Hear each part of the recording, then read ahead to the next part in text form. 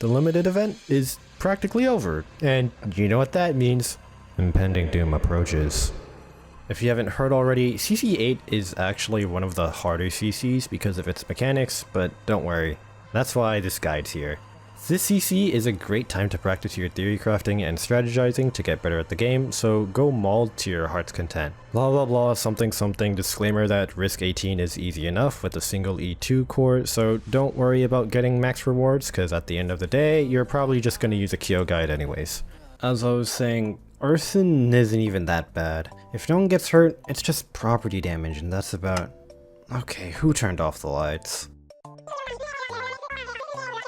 Seems like a power plant is down. Ugh. Why do you have a light in your fumo? I guess it's always nice to prepare for the worst.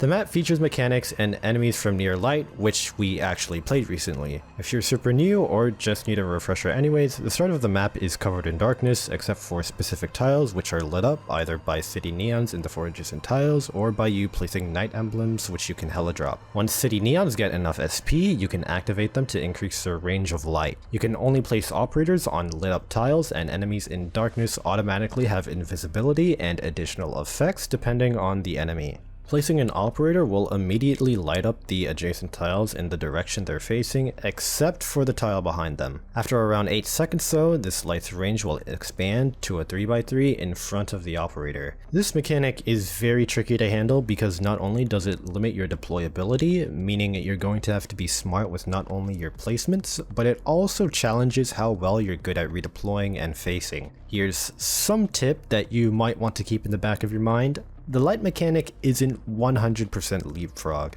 If you retreat an operator that's lighting up another operator's tile, the second operator doesn't get retreated. There are risks that remove city neons and knight's emblems, making it harder for you to open in this stage. Anyways, now that the mechanics are out of the way, let's talk about the enemies. To start off, you have these drifter drunk knights. They spawn instantly frame 1, but don't worry, they hang around in a dormant state until they're done sleeping or you light up their tile, in which they'll become active and immediately take their designated pathing to the exit. These guys are actually built different, and with added risks, they can become pretty beefy stat sticks. Even though the drunk knights aren't an immediate threat, they still put pressure on your opener and can screw you over if you accidentally light up their tile too early. There's a risk 1 that makes more of them spawn, and a weak 2 risk 2 that makes even more of them spawn. The map actually features 2 different types of archer enemies, but I'm just gonna group them into one because they practically do the same thing, just with different attack intervals and attack stats. These guys suck.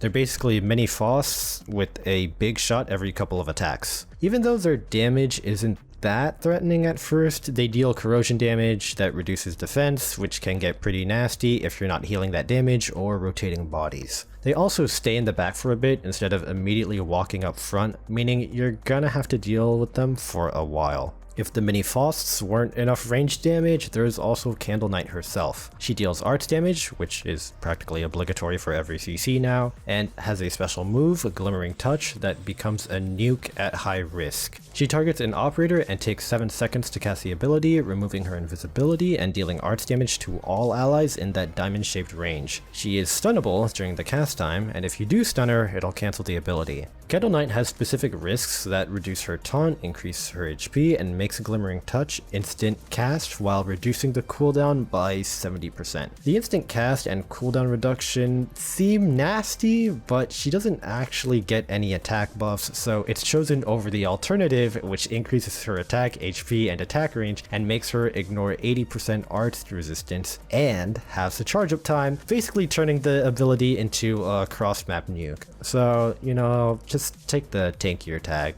Don't choose the nuke tag. The biggest threat of this map is Tola. He uses the light mechanic against you, dealing big physical damage to all operators who have no vision behind them, so you're going to have to make sure your setup is near perfect by the time he comes out. Even though his ability is simple, it can be severely punishing if you can't handle the mechanic well or just aren't careful enough in general. Other than that, he's tanky and deals big physical damage, so it's a bit hard to block him. Like Candle Knight, he also comes with specific risks that give him stealth even in light, along with more HP, attack and arts resistance. He also comes out earlier, basically giving you practically no room for error at the start of the map. Tola's other tag gives him HP, attack, and defense instead, while adding Knight's Mora imitators to the map. These guys are basically clones of Tola with the special ability and menacing stats, and since dealing with one Tola is already difficult enough, the general strategy is to just opt for the risk that makes him appear earlier instead.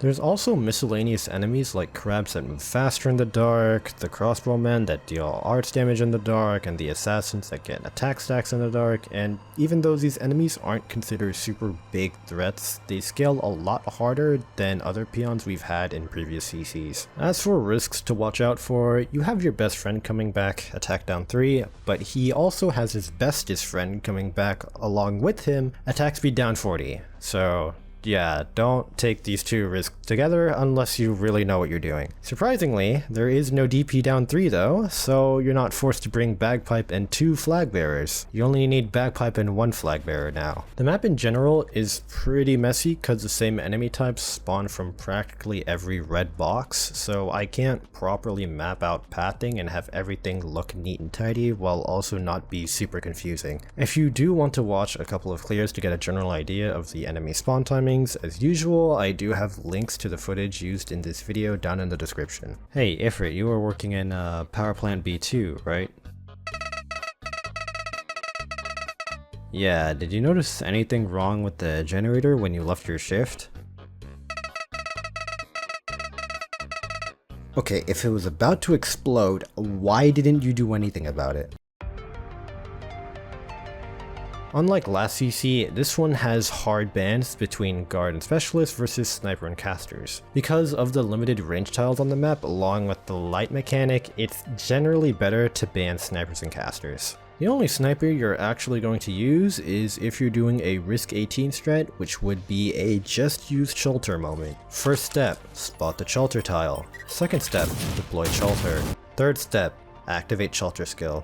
And wow! You won the game. You'll have to rotate bodies to bait some attacks from Candle Knight and the Archer squad, but it's one of the more brainless risk 18s out there. If you hate Candle Knight that much, you can just say no with Nightingale. As with every arts damage CC, Nightingale increases ally res by a hefty amount with her talent, and S3, making enemy arts damage basically negligible. Remember, Candle Knight isn't the only source of enemy arts damage, there's also the crossbowmen that turn their damage into arts in the dark too, which Nightingale also works great against. She also has cages to bait nukes and archer squad shots in case your operators are taking a little too much damage. So that's Candle Knight dealt with, but what about the archer squad, the other ranged threat? For lower risks, as long as you aren't taking any of the attack down or attack speed down tags, you can actually just use any defender and an elemental healer. Mulberry or Honeyberry will heal that corrosion damage just fine, and you'll be able to go about your day killing everything else. Higher risk requires you to rotate specific tanking sources, usually Nyan, Bubble, or Hoshi. All these operators have skills that make enemies take damage when they hit the operator, letting you kill the archers from afar without actually needing to play leapfrog with the light mechanic to the spawn boxes. Nyan has her silence on S2,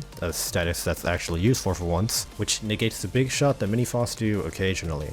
Bubble has Taunt on her skill, letting you safely deploy other operators after you deploy her. Hoshi doesn't really have anything extra added with her skill, but it's a passive and it gets the job done. As with any CC that has invisible enemies, Silver Ash works wonders here. Even though the enemies still have their buffs from the darkness, SA can reveal them, letting you actually deal damage to them outside of your vision. Without attack down and attack speed down, he works fine by himself, but if you add those tags, you're going to need to help him a little bit with Auk. Silver Ash and Auk can deal with the weak 2 Junk Knights without waking them, and SA's Auk buffed Morbius map sweep can handle a lot of the general mobbing on the map. Neural Altar and Sitter are used as Helidrops, which is basically every usage case ever, but their talents actually come in pretty handy. Neural Altar can stun Candle Knight on deployment and act as explosion bait. She can also tank Tola better than Sitter because of her 4 shields and Tola's slow attack interval. Her high attack and defense ignore talent means she'll at least get some damage in, even if it isn't a lot because, you know, minus 50% attack and minus 40 attack speed. Neural Altar's S2 also ignores deployment limit, which comes in handy for literally every CC. Suitor is basically the same, except without the stun on deployment, and she can draw aggro of the corrosion bow guys to ease ranged pressure. Her extended range is actually used to dip into the left side of the map a bit to kill some enemies early. Something guard light and darkness suzerain. Like with Pyrite, Cinders, Lead Seal, Spectrum, Wild Scales, and Pine Suit, so basically almost every previous CC, you're going to be using her for the damage amp and a little bit of that healing to help your defenders a bit. Use her with literally any damage source ever to get even more damage. Man, attack down and attack speed down just suck. If only we had someone who circumvented this with fixed damage with AoE to deal with general mobbing. Oh wait. We do. Weedy's true damage proportional to distance moved on her S3 is a godsend for this map. It's not affected by the attack down or attack speed down tags, so you're actually able to do damage. The map is pretty linear, and the enemies don't have much weight, so the best non-stalling strat was grouping all the enemies together and then using Weedy and her cannon to shove them all the way back where they came from. Use defenders to group all the enemies together, place the cannon, press the Weedy button, and watch all the enemies go flying and dying. And that pretty much sums up everything.